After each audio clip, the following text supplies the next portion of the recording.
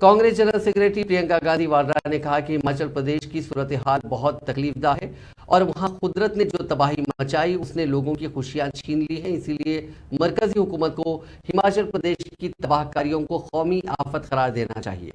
प्रियंका गांधी ने कहा कि हिमाचल प्रदेश की सूरत हाल बहुत दर्दनाक है। उन्होंने कहा कि हम सबको मुत्तहिद होकर इस आफत का सामना करना होगा। अगर मरकजी हुकूमत इसे कौमी आफत करार देती है तो इससे रियासत को बहुत मदद मिलेगी। और लोगों को बहुत नुकसान हुआ है।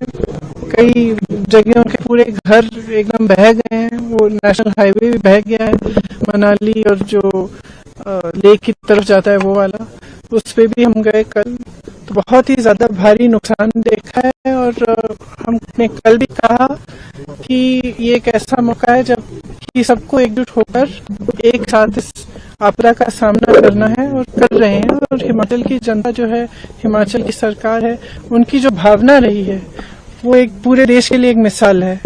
क्योंकि रास्ते में भी कल जहां जहां मैं जा रही थी, मैंने देखा कुछ जगह कुछ महिलाएं श्रमदान कर रही थी, सड़क बनाने की मदद कर रही थी। आगे गए कुछ छोटे छोटे व्यापारी थे, उन्होंने चेक्स दिए, चंदा दिया कि जिनका नुकसान हुआ है उनकी मदद हो जाए, जबकि उनका खुद का नुकसान हुआ था।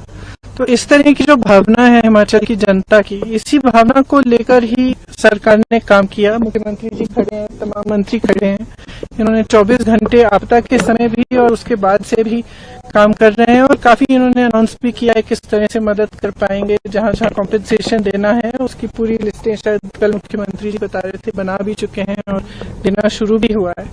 लेकिन जैसे हम कह रहे हैं बार बार कि इसको नेशनल डिजास्टर मतलब राष्ट्रीय आपदा अगर घोषित कर दें केंद्र सरकार, तो इससे बहुत प्रदेश का फायदा हो सकता है और मदद हो सकती है इस समय।